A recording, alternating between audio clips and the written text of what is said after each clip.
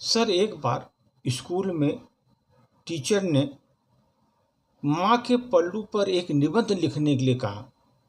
माँ के पल्लू पर एक निबंध लिखने के आया तो उसमें लिखने वाले व्यक्ति ने सर लिखा, उसमें मैं आपको प्रस्तुत कर रहा हूँ सर।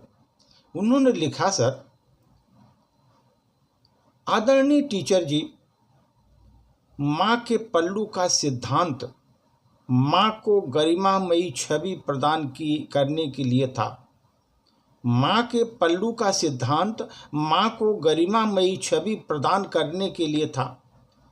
इसके साथ ही सर, यह गर्म बर्तन को चूल्हा से हटाते समय गर्म बर्तन को पकड़ने के भी काम आता था।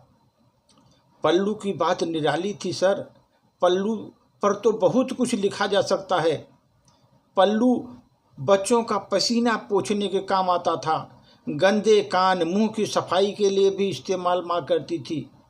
माँ अपना हाथ पोंछने के लिए तौलिए के रूप में पल्लू का इस्तेमाल करती थी। खाना खाने के बाद पल्लू से मुंह साफ करने का अपना अलग ही आनंद होता था सर, एक अलग ही आनंद होता था।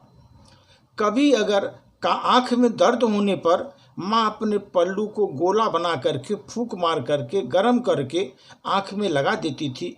दर्द उसी समय गायब हो जाता था। माँ की गोद में सोने वाले बच्चों के लिए उनकी गोद गद्दा का काम करती थी सर। उनकी गोद गद्दा का काम करती थी और पल्लू चादर का काम करता था सर। माँ अपने पल्लू से बच्चों को चादर की तरह उड़ा लेती थी सर। जब भी कोई अनजान घर पर आता था सर, तो बच्चा माँ के पल्लू में ओट में उसकी छुप जाता था। बच्चा माँ के पल्लू के ओट में छुप कर देखता था जो कोई आता था वहाँ पर, नए कोई चीज़। जब बच्चे किसी बात पर शर्म आती थी तो पल्लू से अपना मुंह भी ढक लेते थे। अगर शर्म आती है तो मुंह ढक लेते थे। जब बच्चों को बाहर जाना होता सर, तब माँ का पल्लू ही एक मार्गदर्शक का काम करता था। कहीं बच्चे को बाहर जाना है तो माँ का पल्लू ही उसको मार्गदर्शक का काम करता था। जब तक बच्चे थे, हाथ में पल्लू थाम रखा होता था तो सारी कष्ट जो है उसकी मुट्ठी में होती थी। पूरी कष्ट जो है ना, जितने भी सफलता उसके हाथ में होती थी। कोई इसी प्रकार का कष्ट ही नहीं होता था सर। जब मौसम ठंडा होता था तो माँ उसको अपने चारों ओर ठंड से बचाने के लिए पल्लू से लपेट लेती थी। और जब बारिश होती थी, माँ अपने पल्लू से उसको ढक लेती थी बारिश से बचाने के लिए बच्चों को सर। उस समय सर पल्लू एप्रन का भी काम करता था। माँ के लिए तौलिया के रूप में इस्तेमाल कर लेती थी। पल्लू का उपयोग पेड़ों से गिरने वाले जामुन, मीठे सुगंधित फूलों को लाने के लिए भी किया जाता था। माँ अपने पल्लू में मीठे जामुन, फल जो भी पल्लू में लाती थी सर। पल्लू में धान, दान, प्रसाद भी उसमें इकट्ठा किया जाता था। जो भी दान मिला या प्रसाद मिला, जो भी उसको मिला कोई चीज़, तो वो पल्लू में ही लेकर आती थी। पल्लू घर में रखे सामान से धूल हटाने में भी बहुत सहायक होता था। पल्लू से ही सामान का धूल हटा देती थी माँ। कोई भी वस्तु खो जाए तो एकदम पल्लू में गांठ लगाकर माँ निश्चित हो जाती थी कि वो जल्दी मिल जाएगा। पल्लू में गांठ बंधा तो सामान कहीं न कहीं होगा, मिलेगा ही।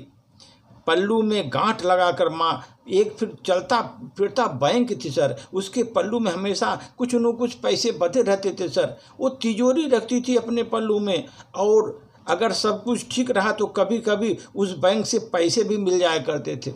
उस बैंक से पैसे भी मिल जाते थे। मुझे नहीं लगता कि विज्ञान पल्लू का कोई विकल्प ढूंढ पाएगा सर, नहीं ढूंढ पाएगा। पल्लू का कोई विकल्प ही नहीं ढूंढ पाएगा। पल्लू कुछ और नहीं, एक जादुई एहसास है सर, कुछ नहीं, एक जादुई एहसास है। और स्नेह संबंध रखने वाले अपनी माँ को, इस प्यार और स्नेह को हमेशा जो महसूस करते हैं सर, वो पल्लू से ही समझ आती है।